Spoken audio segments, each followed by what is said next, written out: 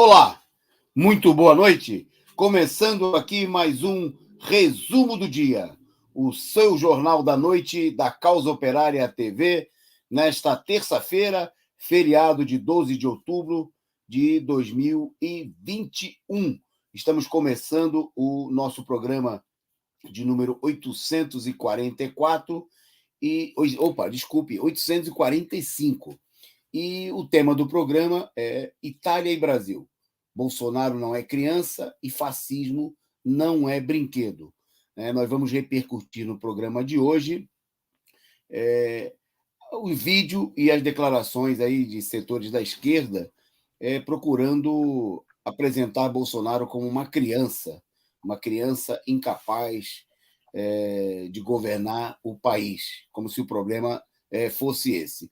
E vamos associar, vamos relacionar como corresponde aos graves acontecimentos da Itália no dia de ontem, onde grupos fascistas invadiram a sede da principal organização sindical do país, né, mostrando aí os métodos, destacando, realçando os métodos de ação do fascismo e contrastando com a tentativa de tratar a questão do fascismo, a questão de um governo direitista, como é o caso do Bolsonaro, de maneira não séria, como faz aqui a esquerda, que brinca com fogo. Bom, na nossa pauta de hoje, vamos destacar também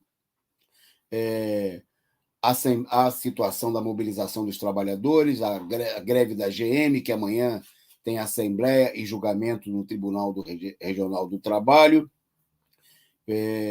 Bolsonaro, a recepção de vaias a Bolsonaro em Aparecida do Norte, a discussão em torno aí das alternativas presidenciais do PSD de Kassab, ao lado de Lula ou de Bolsonaro nas eleições. Vamos destacar, mais uma vez, a questão da plenária nacional, fora Bolsonaro, Lula presidente, convocada pelos comitês de luta, pelo PCO, e cujo debate se faz nesse momento com todo um setor do Bloco Vermelho, para a gente realizar uma grande plenária em torno da mobilização dos trabalhadores.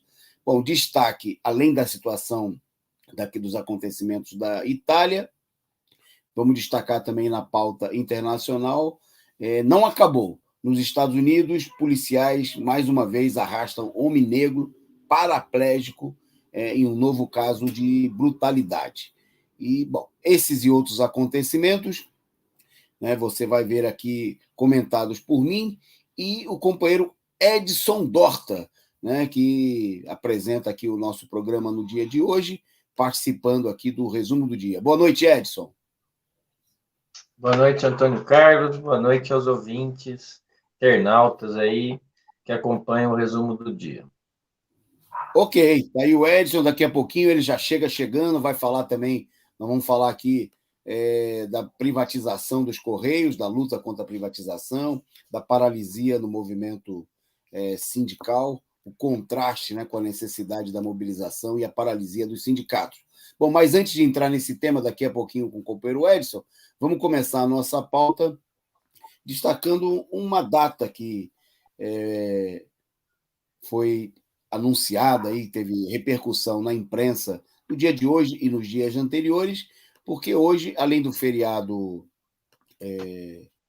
que tem aí, se celebra o Dia da um dado religioso, também de caráter religioso, que é o dia de Nossa Senhora Aparecida, comemorado aí pelos devotos da Igreja Católica, tem uma data que tem a ver com uma imagem que tem cunho religioso, mas que tem um significado importante, histórico, tem uma repercussão como um patrimônio do povo brasileiro, que é os 90 anos da estátua do Cristo Redentor no Rio de Janeiro, que é um verdadeiro cartão postal, não só do Rio de Janeiro, mas de todo o país. Então, exatamente hoje, se completam aí 90 anos da inauguração desse monumento, que é um símbolo, um símbolo inclusive pela beleza do local, e pelo gigantismo aí da imagem, da estátua que foi inaugurada em 12 de outubro de 90 anos, 1931. Né? O monumento, ele digamos assim, ganha destaque, tem uma importância para quem é carioca, para quem é natural do Rio de Janeiro, né? Mas não só, é um símbolo para todo o país. Tem 38 metros de altura, né? É a maior estátua em arte deco do mundo, né? E pode ser visualizado, né? Quem já esteve no Rio de Janeiro sabe, de distintos e longínquos pontos da cidade, até mesmo do outro lado da Bahia, lá em Niterói. Né? Essa maravilha, bonito aí a vista, né? Quem já esteve lá no alto do Corcovado e teve a oportunidade de... É um local muito bonito, né? A vista que se tem sobre o conjunto da cidade do Rio de Janeiro, né? Da chamada Cidade Maravilhosa. Bom, a gente queria destacar também o fato, a relevância, o significado, né, desse monumento, né, nesse momento em que há uma onda, né, iconoclasta, furiosa, né, contra aí as estátuas, né, o movimento levado adiante por setores da esquerda, né, que não é uma esquerda que, nesse momento, não está muito afeita a realizar lutas reais, né? Nós vamos falar um pouco daqui a pouquinho dessas lutas reais, como é o caso da luta contra a privatização dos Correios, como é o caso da greve dos operários da GM, diante da inflação, né, para defender o seu salário. A esquerda, no último período, não tem dado muito valor a essas lutas concretas. Mas se tem uma coisa que a esquerda tem dado importância é realizar encenações, né? E parte dessas encenações vem sendo aí a política de atacar estátuas. Né? A gente poderia até perguntar, será que está no plano da esquerda, por exemplo, queimar o Cristo Redentor? Né? A gente que viu aí os ataques à estátua de Borba Gato, a estátua no Rio de Janeiro do Pero Vaz de Caminha, confundido com Pedro Álvares Cabral, e assim por diante. Né? A campanha, né, reacionária que setores da esquerda vêm difundindo, né, de atacar monumentos, lutar, né, esses mesmos setores que vêm atacando o monumento, eles, por exemplo, têm feito encenações de mobilizações. É o caso, por exemplo, de ocupar do lado de fora, né, a casa do filho do presidente da República. Porque a ocupação agora, como a ocupação feita pelos ativistas do MTST ligado ao Boulos, não é ocupação de verdade, é ocupação, é uma performance, né? É uma encenação. Foi o caso também da recente ocupação, que na realidade foi um passeio turístico, à Bolsa dos Valores, onde o pessoal ocupou uma área em que era permitida a entrada. O pessoal entrou, ocupou por alguns minutos, né? E depois saiu, depois de fazer uma encenação, fazer discurso, tirar foto, saiu sem atrapalhar o funcionamento da Bolsa, sem causar nenhum prejuízo.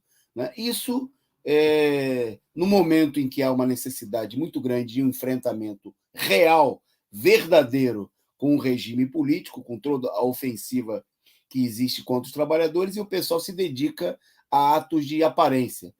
Ainda também, na semana passada, nós tivemos lá o MST fazendo performance, jogando dinheiro de mentira, pessoal fantasiado na frente do Ministério da Economia. Né? Gente que, inclusive, vem notoriamente, né, arrefecendo, tirando o pé do acelerador quando se trata de fazer mobilizações reais, quando se trata de ir para a rua, de ter um enfrentamento mais real com a direita, quando se trata de apoiar as ocupações, por exemplo, como os companheiros da Liga dos Camponeses Pobres que estão sendo assassinados em Rondônia, aí a gente não vê uma manifestação. Quando se trata de defender os índios que estão sendo brutalmente agredidos aí pelo regime político, pelo governo Bolsonaro, aí a esquerda tira o pé do acelerador. Mas quando é para atacar a estátua, aí a gente... Bom, o Cristo Redentor, né? Por isso o destaque, a importância de destacar esse monumento, porque tem uma onda anti-monumento, anti tudo que lembra que é manifestação cultural do povo brasileiro. Dirão alguns, o Cristo é uma expressão religiosa. é uma expressão religiosa, cultura, né, e da própria paisagem, né, já há 90 anos, né, de uma cidade, a segunda cidade mais importante economicamente, uma das mais importantes do Brasil e do mundo. Né? O monumento é inteiramente recoberto pela pedra sabão, né? Um produto genuinamente brasileiro, a mesma que foi utilizada, por exemplo, nas esculturas de Aleijadinho, né? Como os 12 profetas. E é um símbolo, né? Simboliza aí o cristianismo brasileiro, mestiço, tropical, né? Completando, diria assim, que se a gente poderia destacar que, junto com as obras do Aleijadinho, né? O Cristo são aí os grandes monumentos, né, arquitetônicos aí, expressão, né, dessa religiosidade brasileira, né? E mostra aí essa identificação, a elevação artística em sua relação com a religiosidade popular. O Cristo foi feito aí sem a cruz e de braços abertos, como todo mundo conhece, né? Com esse caráter apoteótico da vida, né? Que a população religiosa diz respeito à vida, à morte, à lei, representa a lei ou a morte, como destaca hoje na matéria no nosso diário Causa Operária, ao sofrimento e à crucificação. E convida a todos, tem aquele aspecto meio carioca, né, ao convidar todo mundo para um abraço. Né? Parece que está abraçando a cidade. Tá? Inclusive, no projeto original, né, feito por um francês, né, havia a ideia de que o Cristo deveria estar segurando uma cruz e uma bola, o globo terrestre. Né? E, finalmente, o projeto acabou sendo modificado, né? E acabou assumindo essas características, né, a partir do projeto desenvolvido aí pelos engenheiros brasileiros Heitor Silva Costa e Heitor Lévy, né, que era o engenheiro, e o engenheiro francês, o Albert Cacotte, e o escultor polonês, radicado na França, Paul Landowski. Né? Quer dizer, foi um projeto de muitas mãos. Né? Havia se difundiu há muito tempo, até tempo atrás eu ouvi essa história, antes de ter lido sobre o assunto, de que a estátua teria sido um presente do governo francês, assim como aconteceu com a Estátua da Liberdade, né? Mas nada disso. Né? Apenas os moldes de gesso da cabeça e das mãos foram enviados da França para o Brasil. Né? Todo o restante foi construído no município fluminense de São Gonçalo, lá no bairro Vermelho, né? Justamente sob a liderança dos arquitetos brasileiros Silva Costa e o Lévy, sem a presença, inclusive, do francês e do polonês, que era radicado na França. Né? As pedras sabão que foram coladas na estátua foram coladas por mulheres brasileiras voluntárias, né, esse que provavelmente foi o maior empreendimento artístico nacional, né, com a participação de muita gente. Né? Houve também coleta de fundos para garantir a realização da obra, que foi inaugurada justamente em 12 de outubro de 1931, com a presença do presidente Getúlio Vargas. Bom, está aí um pouco de história do Cristo, né? Nós que não somos uma TV e muito menos um partido religioso, mas que respeitamos e admiramos, né, a tradição, os costumes e aquilo que faz parte da cultura do povo brasileiro. Né? Coisa que esses movimentos que vêm aí atacando as estátuas, atacando as expressões da história do país, não respeitam, não, muito provavelmente nem conhece, né, a ignorância graça, né, e inclusive atacam, por exemplo, o caso como a gente viu na estátua de Borba Gato, em que um dos responsáveis, os bandeirantes responsáveis pelo trabalho de crescimento do país, de edificação da nação brasileira como ela é hoje, né? Porque contra o Borba Gato e outros se diz que foram elementos que não é verdade que eles tenham ajudado a construir, né, a nação brasileira, porque a nação brasileira teria sido construída somente pelos indígenas, o que é uma ignorância, é um desconhecimento da realidade, né? O papel importante que os diversos movimentos para construir a nação tal como ela é hoje, né? Porque não existia o Brasil, né, antes de todo o processo de construção do país, desde a colonização, das lutas que se travaram aqui e da participação de diferentes setores, inclusive, né, dos bandeirantes. A ignorância agraça e por isso que a gente fala, né, que a continuidade desse movimento de ignorância, de ataque aos monumentos, seria, por exemplo, a destruição do Cristo Redentor, porque é um monumento religioso e porque a gente tem diferença no pensamento religioso, o que seria uma enorme estupidez, né? Então, bom, vamos lá, vamos em frente na nossa pauta, fica aí a homenagem, a lembrança dessa data, né, desses 90 anos do Cristo Redentor, essa imagem tipicamente brasileira, né? Brasileira e muito significativa da tradição da própria arquitetura nacional e da tradição cultural religiosa do povo brasileiro. Destaque agora, vou passar a palavra para o companheiro Edson, justamente para contar para a gente qual é a situação da luta, da questão da privatização, já que o ministro Playboy, né, o afilhado aí do Silvio Santos, disse que a expectativa é votar a privatização dos Correios até novembro. A situação está no Senado, mas tem muitos sindicalistas dizendo que a coisa no Senado está boa para os trabalhadores, que haveria uma possibilidade de que a privatização não avance, né? E aí eu queria que o Edson falasse um pouco dessa situação e também da campanha salarial dos Correios, que está em curso, né? E qual é a proposta da empresa para os trabalhadores nesse momento. Com você, Edson. Como você disse, né? Nós estamos num processo aí de privatização nos Correios, né? Não está concluído, mas já está bem avançado, né? O governo Bolsonaro encaminhou um projeto de lei que autoriza o Poder Executivo a vender 100% da empresa, e está tudo já organizado para essa venda acontecer no início de 2022, através das bolsas de valor, vendendo 100% da empresa.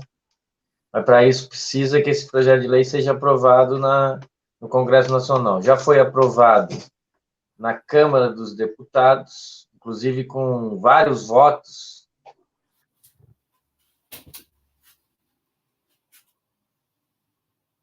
Ficou mudo.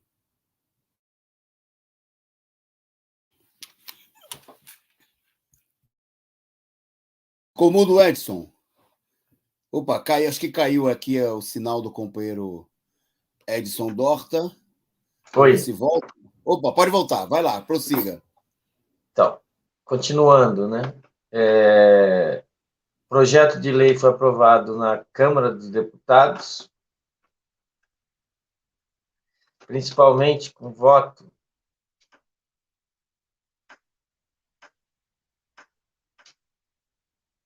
Está falando, vai lá. Você está ouvindo? Estou ouvindo. Você está me ouvindo? Pode seguir falando. Então, foi aprovado, inclusive, com esses partidos da direita, né?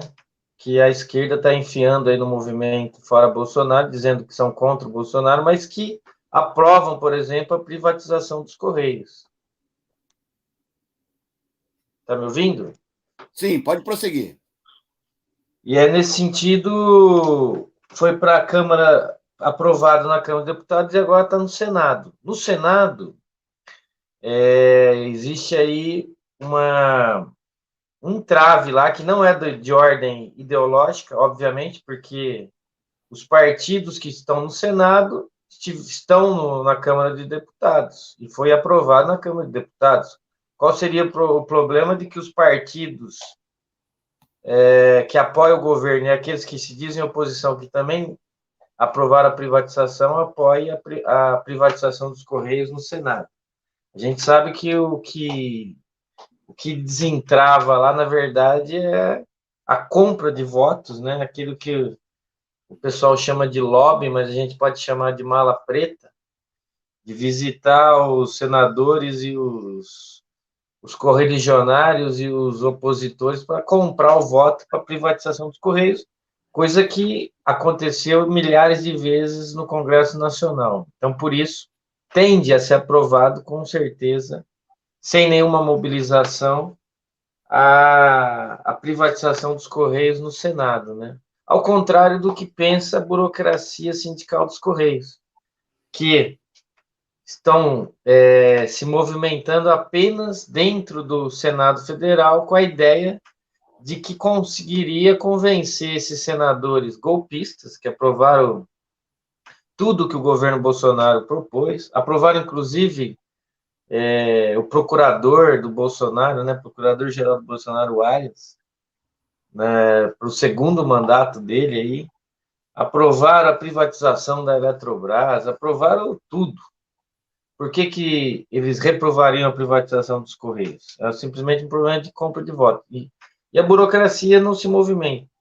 E como nós estamos em campanha salarial, e a campanha salarial dos Correios está entravada, não por um processo de mobilização, um problema burocrático, porque não foi assinado o acordo coletivo que expira em agosto, em 31 de julho, começa em 1º de agosto, e, portanto, o acordo está em aberto. A burocracia sindical, que nesses últimos anos, principalmente com a pandemia, manteve os sindicatos fechados, apresentou uma pauta super reduzida que reivindicava apenas a inflação, e a direção da ECT, aproveitando essa defensiva da burocracia sindical, falou que não ia dar nada no primeiro momento. Como a negociação foi parar no TST, a direção golpista da ECT foi para o TST, Tribunal Superior do Trabalho, e apresentou que tudo bem, vamos dar a inflação, mas desde que assine um banco de horas. E isso entravou tudo, né?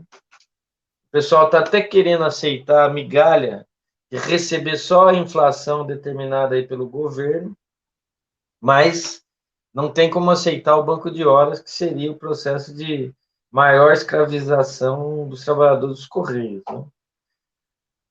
Houve assembleias aí dia 7 de outubro em todo o país, foi rejeitada essa proposta da empresa e será marcado um novo julgamento. Acho que daí que resulta o fato de que o ministro Playboy, Fábio Faria, que ganhou de presente aí o Ministério das Comunicações por meio do seu genro, por meio do seu sogro, né, o Silvio Santos, e relatou aí que ele tem a perspectiva de que em novembro vote no Senado a privatização dos Correios. Eu acho que ele está contabilizando que o acordo coletivo dos trabalhadores dos Correios ou vai ser assinado ou vai ter um fim até o final desse mês, que é outubro, né, por determinação do TST. Diante disso, né, diante dessa tragédia anunciada, que vai ser esse acordo com banco de horas, inclusive empurrado pelo TST, e o problema da privatização dos Correios, que se mostra necessária aí a burocracia sair dessa política pelega e covarde de não mobilizar os trabalhadores e ficar correndo atrás de fazer lobby, ou se não, fazer que nem o Boulos, né? Ficar fazendo encenação de que está lá fazendo campanha contra os deputados ou os senadores que votarem a favor da privatização nos aeroportos de Brasília. É necessário aí uma convocação da categoria para começar um plano de luta em que desemboque numa greve geral de 100% dos trabalhadores, com proposta, inclusive, de ocupação dos prédios dos Correios e até de outros prédios públicos, e com outras categorias que também estão ameaçadas por esse governo do Bolsonaro, como todo servidor público, diante também da reforma administrativo. É isso, Antônio Carlos. Ok, Edson. A gente vai seguir na pauta. Você tenta dar uma ajustada na sua câmera aí. Agora sim. Tinha virado.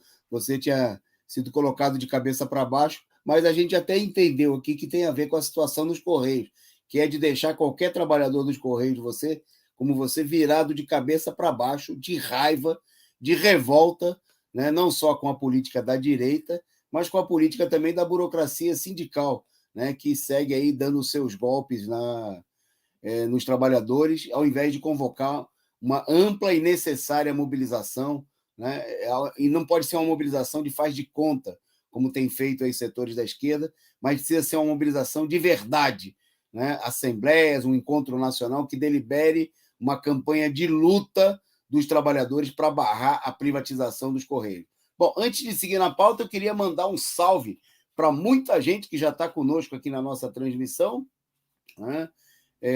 Muitos membros aqui do nosso canal, e pedir a vocês todos que compartilhem adoidado, né? Esparramem por aí o link aqui da Causa Operária TV, do nosso programa, chamando o pessoal para assistir. Nesse feriado, o pessoal está em casa, nada de assistir aí Jornal Nacional, né? Vem assistir aí com a gente o resumo do dia, o Jornal da Noite da Causa Operária TV. Então, um salve aí para o Sou Eu, para o Marlon Silva, para o Lino Alves, para a Nilza Ramos, para o LC29, que chegou por aqui, mandando a sua figurinha simpática aí de óculos escuros, contribuindo com a gente, né, mandando aí o seu super sticker, o companheiro Caio, que é apresentador aqui do nosso programa, o Correia Leandro, a companheira Cecília Maria, nossa companheira aqui de todos os dias das nossas transmissões, o Livre e Soberano, a Ana Matos, também presente aqui conosco, a Renata Diniz, o Éder, o Osmar Rigotti. Bom, para todo mundo aí o nosso salve, um obrigado a Rosângela Barbosa, o Heraldo, que também está por aqui. Muito obrigado ao Sou Eu, que mandou aí também o seu superchat. Luiz Preza, chegando por aqui, mandando uma figurinha simpática, mas invocada, como todo mundo que está contra a privatização dos Correios. O nosso companheiro Marlon Silva, que mandou o superchat e mandou a sua mensagem. Fiz a minha inscrição no curso O que foi o Stalinismo 2. É a universidade marxista, né? E ele diz, vamos repetir a dose. Então, chamando todo mundo a se inscrever, você pode acessar, né? Se você quiser fazer a sua inscrição, basta acessar Universidade Marxista.pco.org.br e você faz a sua inscrição para o curso cujas aulas vão ser ministradas por Pimenta, e nós vamos falar mais desse assunto aí nos próximos dias. Então, se antene, já se inscreva, garanta a sua vaga. Um salve também para Nilza Ramos, para Silvia Mio, um abraço para todos vocês, e sigam aí o bom exemplo do Marlon, do Luiz Preza, do Sou Eu, né, da Cecília Maria e do LC29, e contribuam, ajudem a sustentar essa imprensa combativa, revolucionária, essa empreitada fundamental que é a Causa Operária TV. Bom, nós vamos em frente na nossa pauta. Já que nós falamos de mobilização e luta, vamos destacar aqui agora a greve da General Motors, que completou 12 dias. Né? Começou justamente no dia 1º de outubro, e amanhã tem assembleia e tem também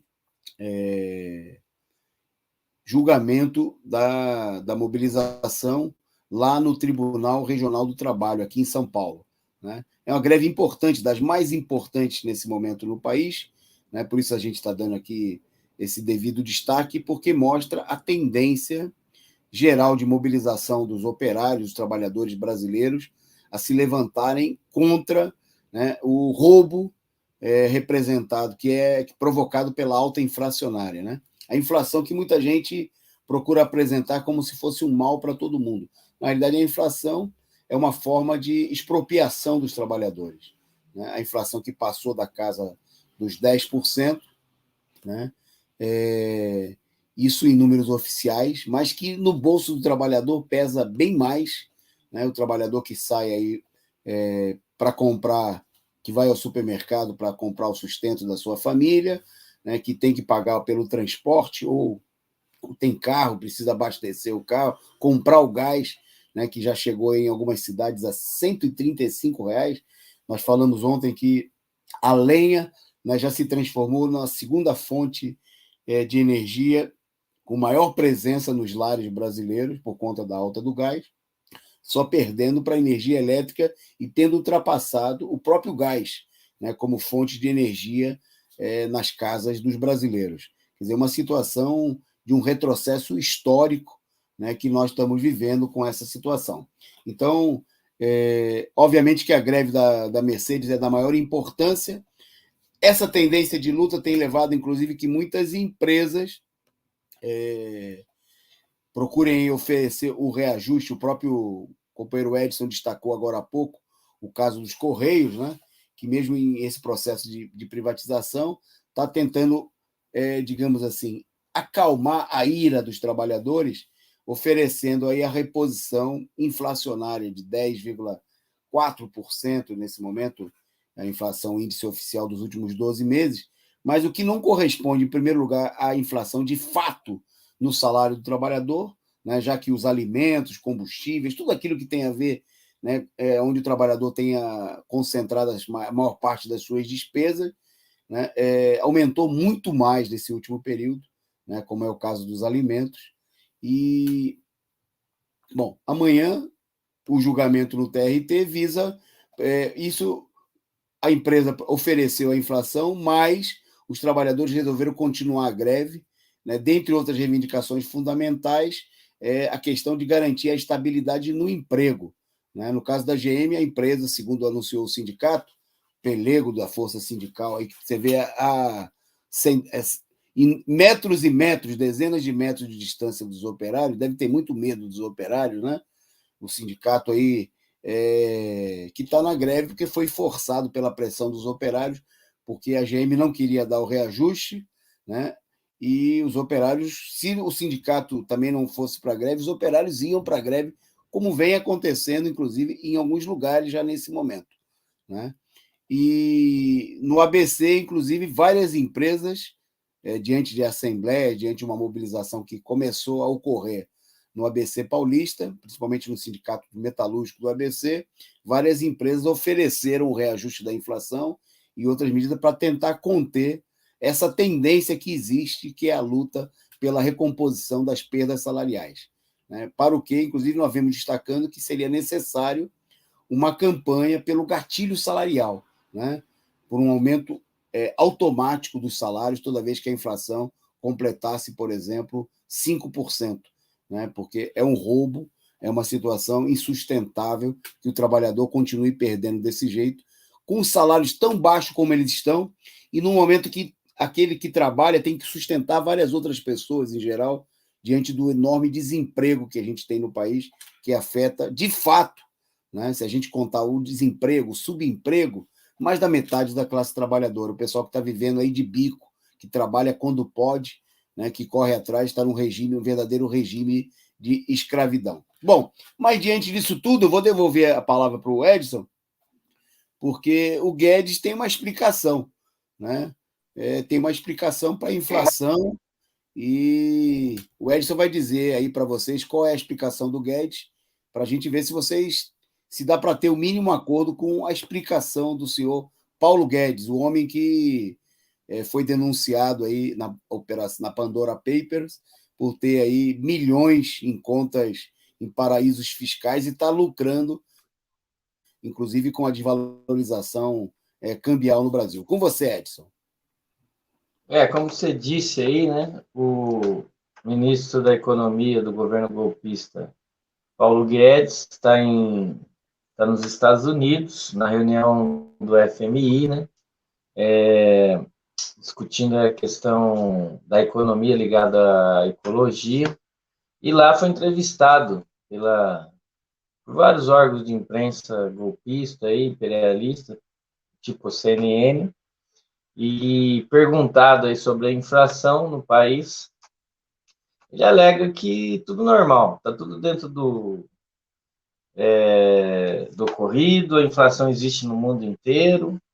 Aqui no Brasil, o problema da inflação é só a questão do alimento e da energia, coisa que a gente sabe que não é, né, Toninho?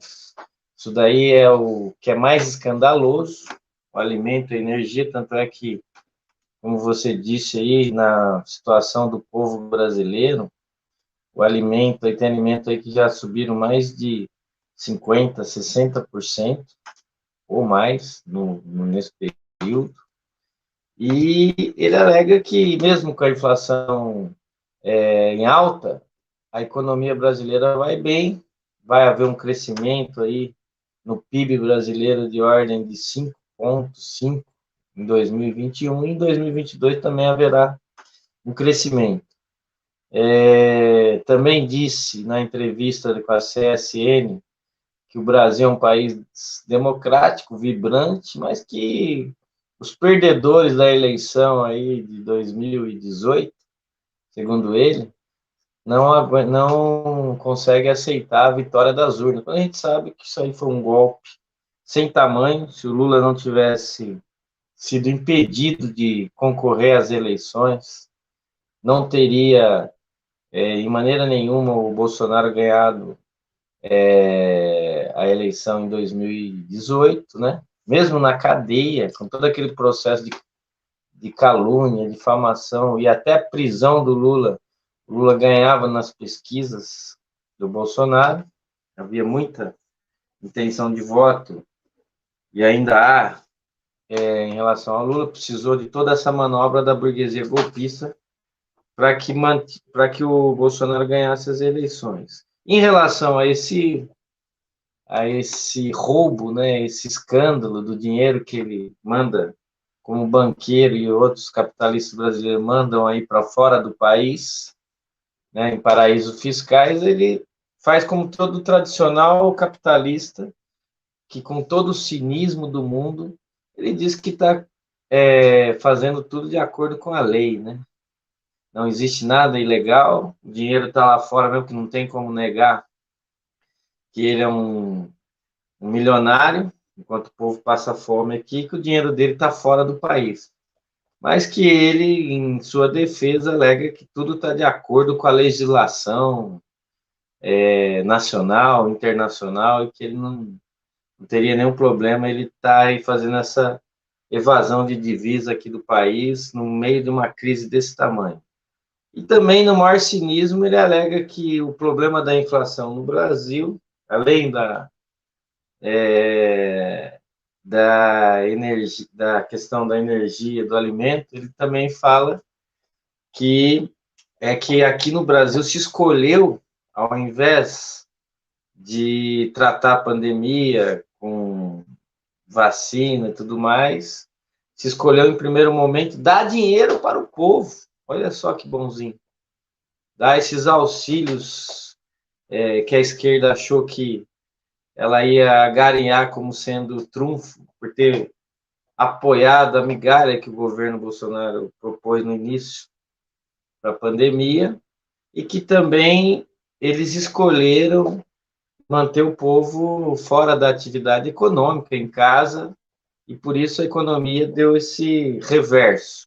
Mas que agora que vai voltar tudo ao normal, que houve uma vacinação em massa, nós brasileiros podemos ficar tranquilos que a situação vai toda se estabilizar, o que é um verdadeiro cinismo, é uma escrotice tão grande ouvir toda essa conversa, né? Na verdade, eles estão aí acabando com os direitos dos trabalhadores, estão promovendo aí uma redistribuição de renda ainda mais agressiva em favor dos milionários e bilionários, por isso desse escândalo de dinheiro que está saindo do país para paraísos fiscais, e o empobrecimento, a fome, a miséria do povo brasileiro. É isso. Cara de pau do ministro, como você destacou, falando de distribuição de renda, o governo Bolsonaro, que nesse ano, no orçamento desse ano, está prevendo entregar 52% do orçamento público para os banqueiros. É 2,2 trilhões, né? Deve ser essa a distribuição de renda que o Paulo Guedes está falando, é distribuir a renda do povo brasileiro para os banqueiros, né? É Robin Hood às avessas. Tira de quem não tem para dar para quem tem 52%, 2 trilhões e 200 bilhões, né, do orçamento público transferidos a título de pagamento de serviços da dívida, juros, né? E é isso aí, essa é a verdadeira política de transferência do governo. Bom, saudar aqui, antes da gente seguir com a nossa pauta, o companheiro Pão com Ovo, que chegou por aqui e mandou o seu super stick, da mesma maneira que a querida companheira Silvia Mio, também mandando por aqui sua figura muito simpática. Saudar o novo membro do nosso canal, o Eduardo Toledo, né, que tornou-se membro bronze do nosso canal. Né? Você pode entrar aqui e escolher o plano que você clica aqui logo embaixo da telinha, se você ainda não é membro. Para tornar-se membro, tem um retângulozinho escrito Seja Membro, logo embaixo da telinha aqui no nosso canal no YouTube. E você escolhe o plano, né, como você quer contribuir, das suas possibilidades, da sua generosidade, né, para contribuir com essa causa revolucionária que é sustentar essa imprensa independente, combativa, que é a Causa Operária TV. Então, faça aí como o Eduardo Toledo, né, e se inscreva, torne-se membro do nosso canal. Bom, seguindo aqui na nossa pauta, vamos falar aí vamos começar falando do Bolsonaro. Primeiro, destacando aqui que ele foi hoje fazer demagogia, né, diante de uma data religiosa. Ele que tem procurado se apresentar e foi batizado na campanha eleitoral, procurou se apresentar vinculado aí a setores ultra-reacionários das igrejas evangélicas. Hoje ele foi fazer demagogia em Aparecida do Norte. Bom, e o que se viu aí foi o Bolsonaro, me chamou a atenção, né, nas redes sociais, circularam aí os vídeos mostrando o Bolsonaro sendo vaiado, né, sendo recebido por gritos de genocida, lixo, né, assassino. Né, havia aplausos também, e havia mesmo, né, mas chama atenção porque numa festa, num local bastante reacionário, né, numa festa tradicional, em que uma parcela grande das pessoas... O Bolsonaro foi fazer demagogia, chegou com todo um staff tentando bancar a presença. Bom, e aí acabou também sendo, ainda que de uma maneira muito branda, sendo criticado até mesmo nas palavras do arcebispo, que realizava lá a missa lá na Basílica de Nossa Senhora Aparecida, lá em Aparecida do Norte. Né? Bom, ele foi lá, tirou fotos, mas chamou a atenção, né, que ele foi recebido, toda a imprensa acabou destacou, e os vídeos mostraram claramente, né, que havia uma divisão, vaias e aplausos, mas muita gente se manifestando contra o governo. Teve também padres reacionários, né, fez uma leitura, ao mesmo tempo que a igreja é uma mão em cada... ao mesmo tempo que houve críticas indiretas, muito brandas, do Dom Orlando Brandes, o arcebispo de Aparecida, né? Não citou em nenhum momento o Bolsonaro, mas falou de uma pátria sem mentira, sem fake news, que já foi apresentada como se fosse um discurso radical contra o Bolsonaro, o que nem de longe corresponde à realidade. Mas, ao mesmo tempo, o presidente foi convidado aí para fazer uma das leituras, né, da Bíblia durante a celebração da missa. Né? Então, ele foi lá, fez a sua demagogia, mostrando aí que o Bolsonaro também cada vez mais procura atuar como um típico político burguês, né? Cretino, safado, que faz encenação, que se disfarça, que ora se apresenta como evangélico, ora como simpatizante da Igreja Católica, né? Porque é típico da política burguesa, não é uma característica. O Bolsonaro, inclusive, ele está aprendendo, né? Ele vai procurando ocupar os espaços, como fazem aí todos as máfias políticas da burguesia, né, que não tem posicionamento. O posicionamento é procurar tapear a população e defender, como a gente vê, os interesses dos banqueiros e dos inimigos do povo.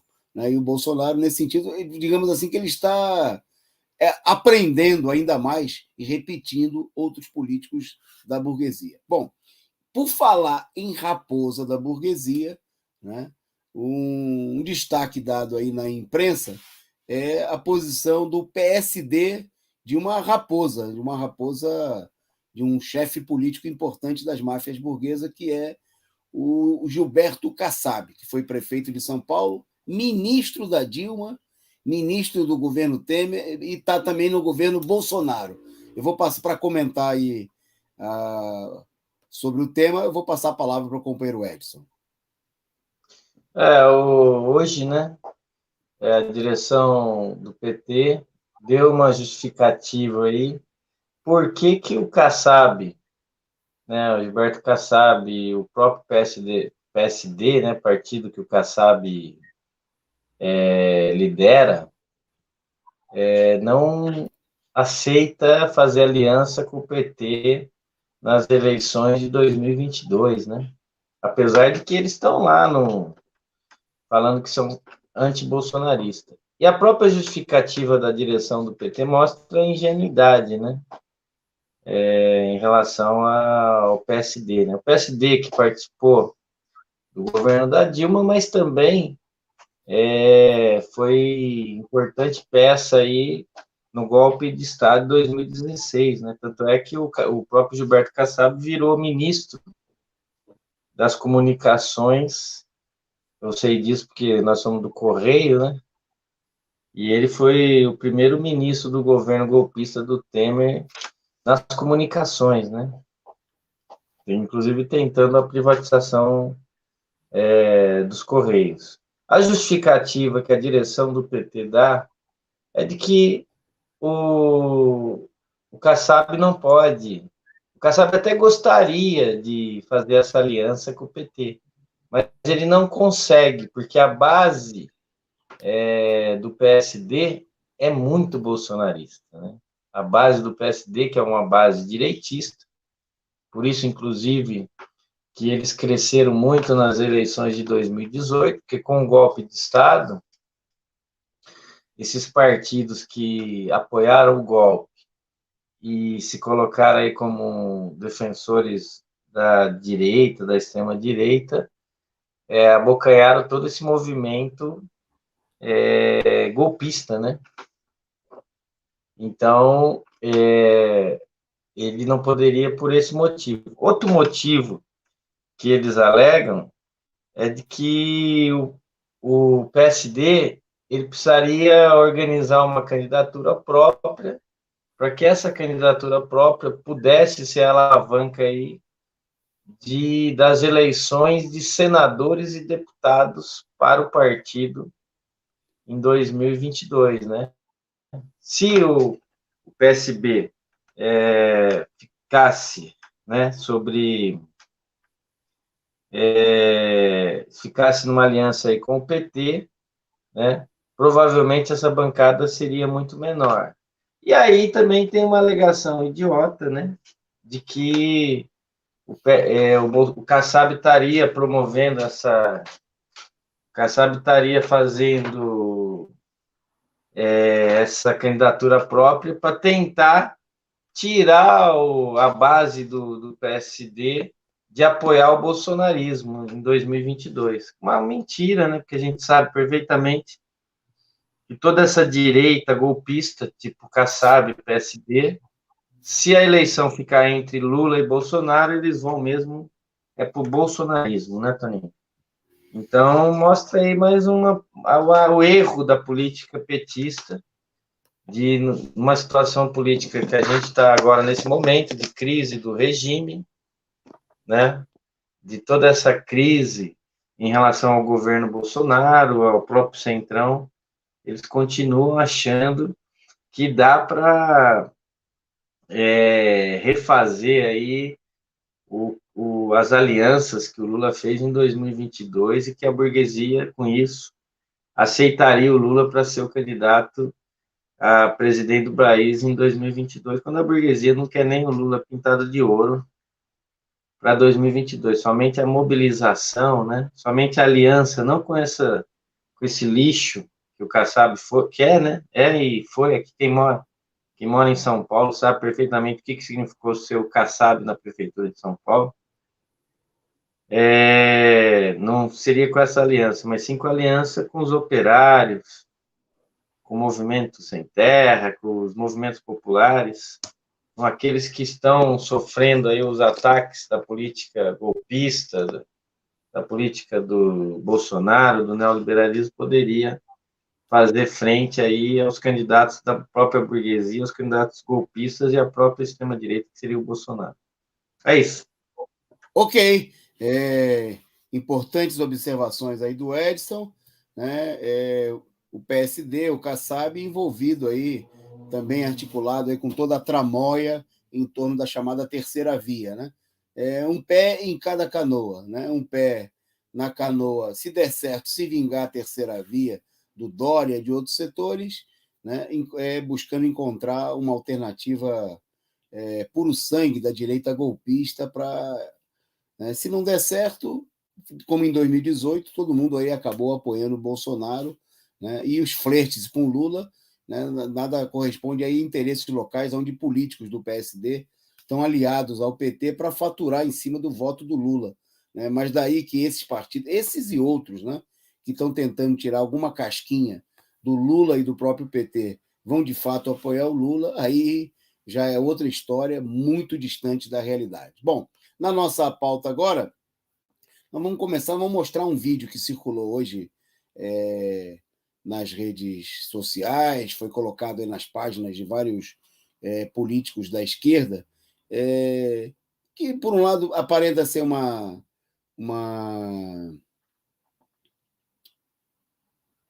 digamos assim, uma tirada de sarro do Bolsonaro, mas a gente queria mostrar o vídeo para a gente, porque nos preocupa essa maneira como o Bolsonaro é mostrado aí. Bom, vamos ao vídeo, depois a gente procura analisar e falar do assunto com vocês. Vai lá.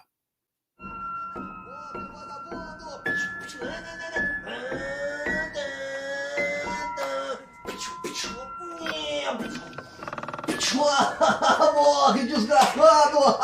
Olha, sai daí, fora índio, sai da minha terra, barba escrota! Povo brasileiro do Brasil! Vamos invadir essa porra, eu nem queria matar todo mundo aqui aglomerado, porra!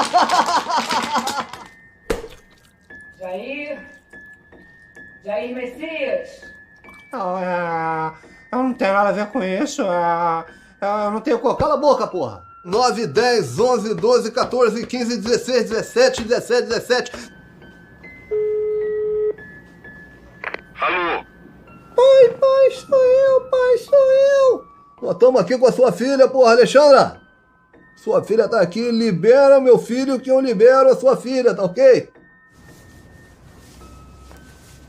Jair Messias! Por favor, Jair, eu te ajudei na Lava Jato, pelo amor de Deus. Você não pode fazer isso comigo, Jair. Você não pode fazer isso comigo, pelo amor de Deus. Cala a boca, porra!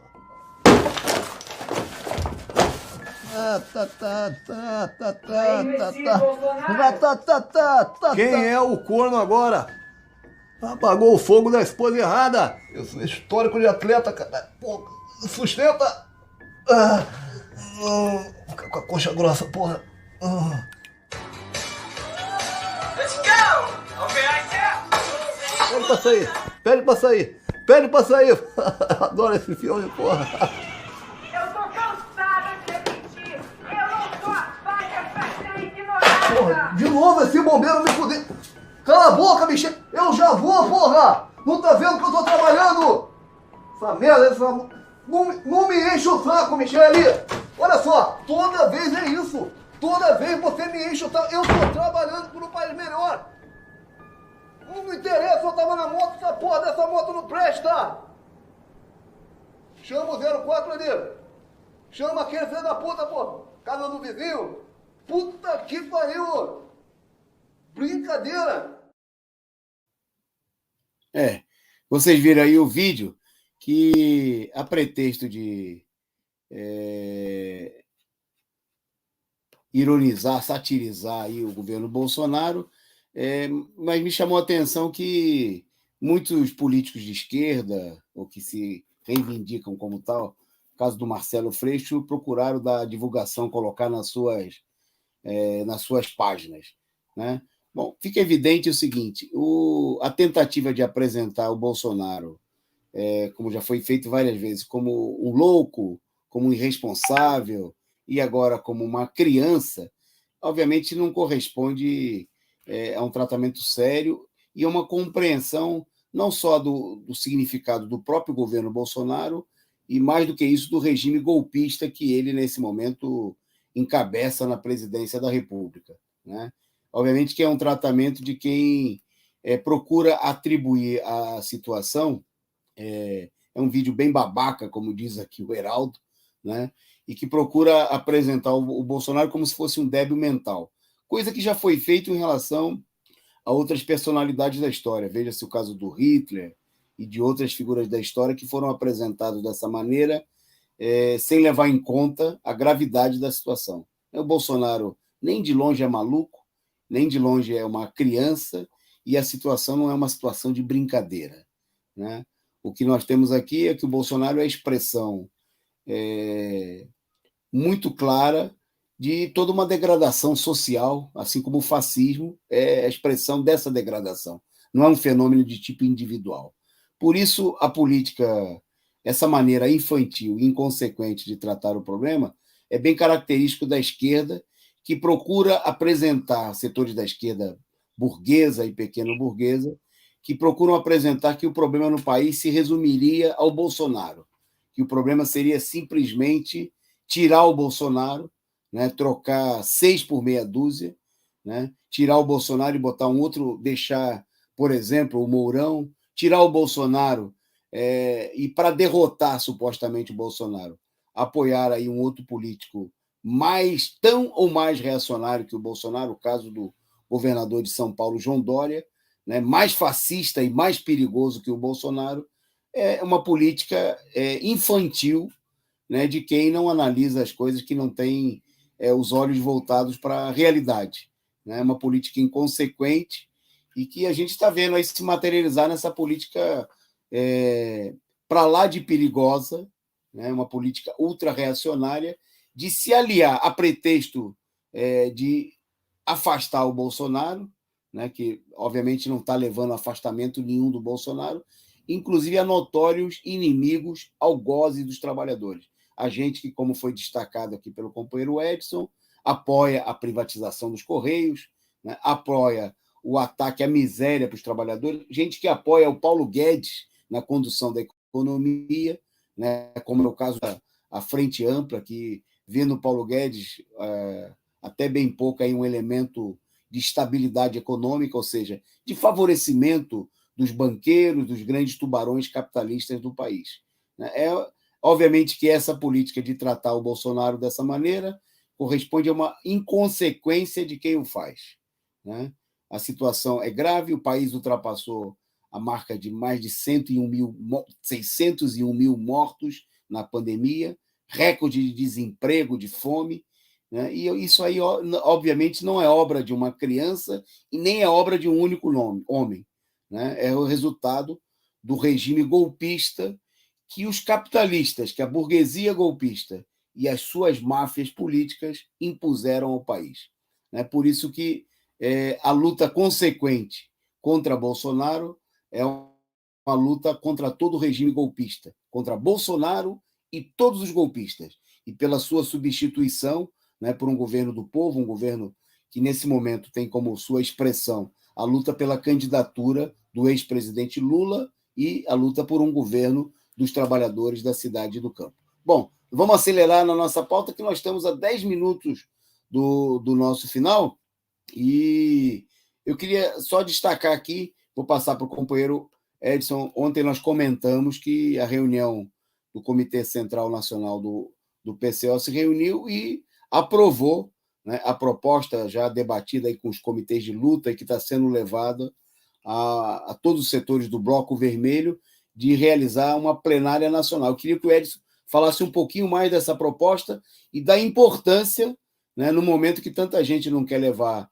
nem o Bolsonaro e nem os golpistas a sério, a importância da esquerda se reunir e discutir a situação para ter um programa próprio diante da crise. Agora, o Partido da Causa Operária, né, aprovado na sua reunião do Comitê Central Nacional, está apresentando aí para o ativismo, né, classista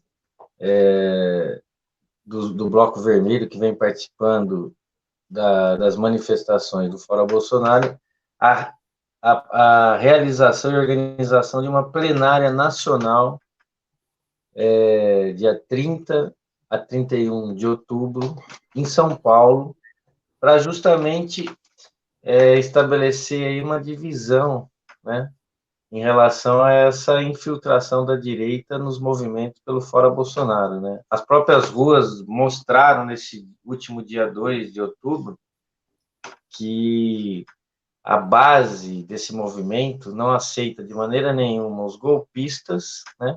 Nem a política de frente ampla e nem a penetração desses direitistas aí que são responsáveis, no final das contas, pela própria eleição do Bolsonaro e por esses ataques que estão sendo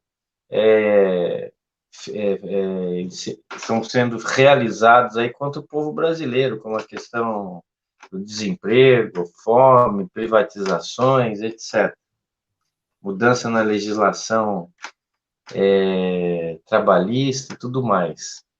E, obviamente, que não pode estar descolado, né, a palavra Fora Bolsonaro, que não pode estar descolado também da questão de que, como essa situação tende toda a desembocar para as eleições de 2022, com a palavra de ordem de Lula presidente, porque é justamente o Lula que consegue aí movimentar todas essas necessidades de luta contra o golpe,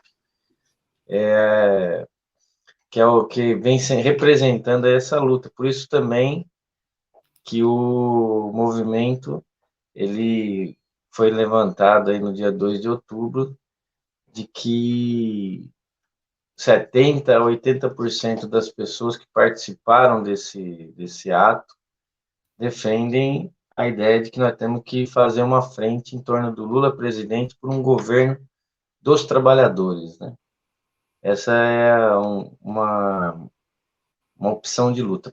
Por isso, da necessidade da realização dessa plenária nacional, né? Que a gente possa, nessa plenária nacional, organizar esse bloco que foi construído a partir desse movimento Fora Bolsonaro e reforçar toda essa luta para impedir esse sequestro do movimento por essa direita, por essa frente ampla, por essa esquerda pequeno-burguesa oportunista, que quer justamente impedir aí que a esquerda se unifique em torno da candidatura do Lula, fazendo o papel aí de correia de transmissão dos interesses da burguesia tradicional brasileira.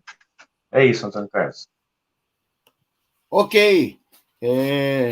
Bom, importante aí essa iniciativa. Eu rapidamente queria destacar mais a plenária nacional, como o Edson assinalou aí, acontece dia 30 e 31 de outubro, portanto, daqui a 2 semanas, um pouquinho mais. Mas nessa semana, além do dia de hoje, que foi feriado, uma outra data importante, que na maioria das cidades já não é nem mais feriado, tamanha a desvalorização que esses profissionais sofrem, que é o Dia dos Professores, dia 15 de outubro, que acontece na sexta-feira.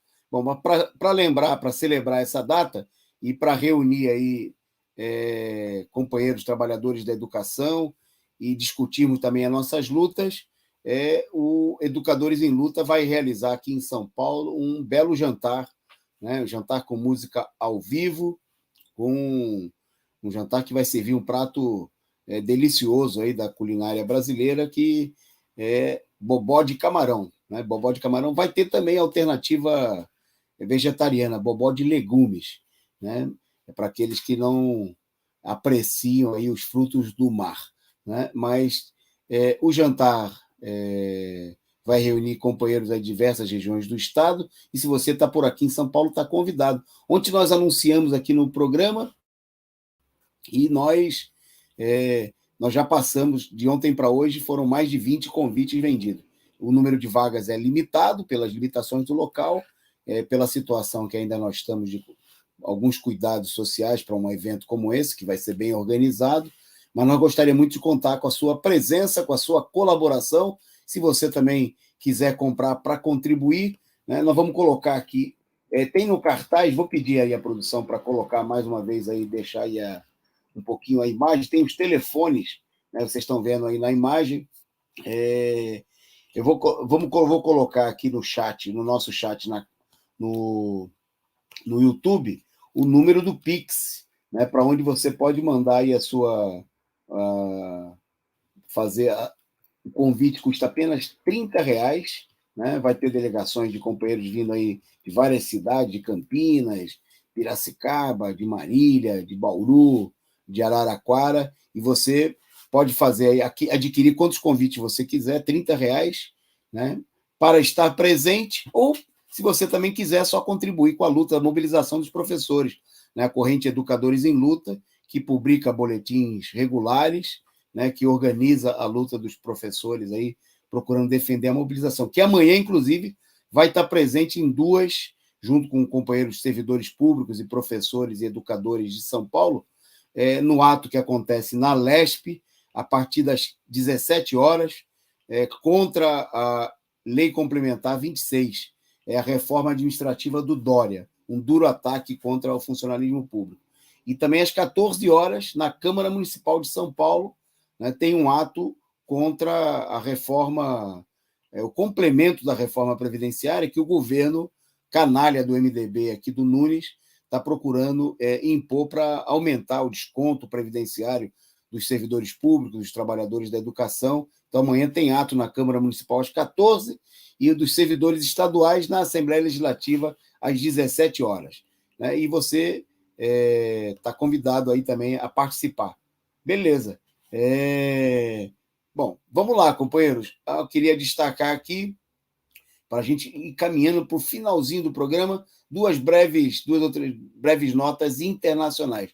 Primeiro vou passar para o Edson, para comentar aí a situação, a crise na Europa aí com a saída a saída do Reino Unido da União Europeia. A crise continua, né? A situação, o impasse continua com o agravamento da crise.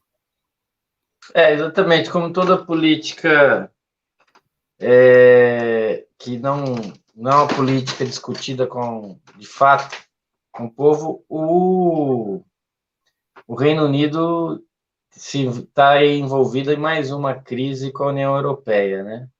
Apesar de ter sido aprovado no plebiscito a retirada da União da Inglaterra, do Reino Unido da União Europeia, ainda ficou às rebarbas, né? E o governo do Boris Johnson, ele assinou um protocolo com a Irlanda do Norte, onde eles têm uma relação de que qualquer conflito ali naquela área teria intervenção justamente do Tribunal de Justiça da União Europeia, né? E aí, como a gente está vendo aí na foto, o ministro do Brexit,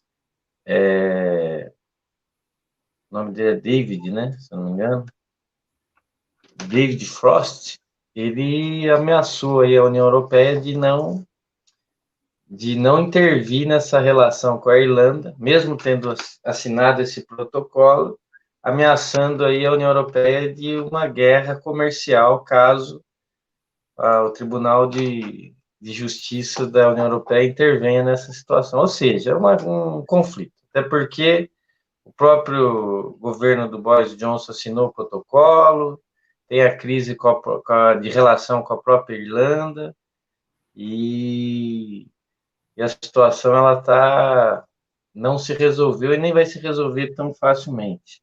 Basicamente é isso, Toninho. Ok. Como nós estamos no finalzinho, vou brevemente destacar também, nós já anunciamos no título do nosso programa, o que aconteceu ontem aí na Itália, né, onde nazistas, chamados neofascistas, invadiram a sede do principal da Itália, né, um grupo de manifestantes, incluindo membros do Força Nova, né, um partido declaradamente nazista, invadiu a sede da Confederação Geral Italiana do Trabalho, a CGIL, principal sindicato da Itália, né, durante aí protesto que eles realizavam em Roma. Né? O fato aconteceu no sábado, né, e as repercussões continuam. Hoje, o primeiro-ministro italiano, o Mario Draghi, ele foi lá, se encontrou com o Mauro Landini, que é o secretário-geral da CGIL, justamente em frente à sede essa imagem que vocês têm aí, em frente à sede da central sindical, né? Para expressar aí um repúdio oficial que não adianta muito do governo. Bom, a situação da Itália ela deve chamar a atenção, né, não só dos trabalhadores italianos, de todo mundo, mas, no caso particular, do Brasil. E se relaciona com um vídeo que nós mostramos hoje. O fascismo não é brincadeira.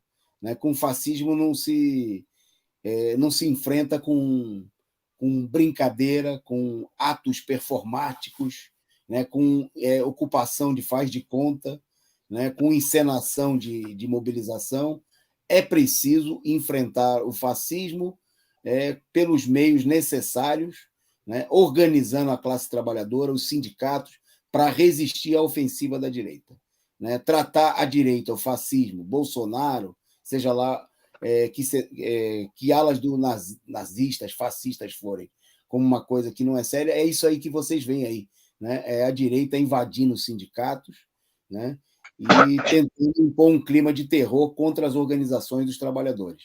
Coisa que a gente viu na história recente do Brasil e que a gente continua vendo aí, né, na repressão aos trabalhadores no campo, as lutas dos trabalhadores. Então, é preciso, né, rejeitar essa política de tratar as coisas de uma maneira não séria, como se fosse brincadeira, né, porque a direita está procurando se articular em todo o mundo, né, para defender aí o massacre, o sofrimento dos trabalhadores nesse momento de agravamento da crise capitalista em todo o mundo. Como diz o Marcos Omag aqui, lugar de fascista é na ponta do fuzil. Bom, para a gente passar adiante, para encerrar, vou passar para o Edson, para ele comentar também rapidinho a última que fala muita gente procurou apresentar o governo do Biden, que era o governo do mal menor, né? Ia ser a solução para todos os problemas, inclusive, né, para os problemas de violência contra a população negra nos Estados Unidos. Mas não é isso que acontece, né, Edson? Foi fragado, inclusive pelas câmeras da própria PM que fez o serviço, lá não sei se é PM lá deve ser polícia só, né, dos Estados Unidos, o tratamento que eles dão aos negros lá, né, em relação a um cidadão que chama Clifford Rochberg, de 39 anos, em que ele foi tirado, o rapaz é paraplégico, foi retirado do seu carro à força, ele falou que não poderia descer, numa tal blitz aí, né? Os policiais acusaram ele de estar portando droga e pediram para ele descer do carro. Ele falou que não poderia descer, que ele era paraplégico. E simplesmente os policiais retiraram ele à força e colocaram no chão por ele ser negro, né? Isso tudo foi filmado e demonstrou-se aí que esse papo de que o governo americano aí com o governo identitário respeita aí os interesses dos negros, respeita os negros, é tudo conversa fiada, como acontece cotidianamente nos Estados Unidos, né, Felipe? É isso. Fica aí a denúncia e a gente encerra por aqui mais um resumo do dia, agradecendo aí a participação de todos vocês. Amanhã a gente volta às 20h30. Obrigado aí ao companheiro Diogo no comando da nossa produção. E um forte abraço, boa noite e siga aí com a produção a programação da Causa Operária TV. Até amanhã.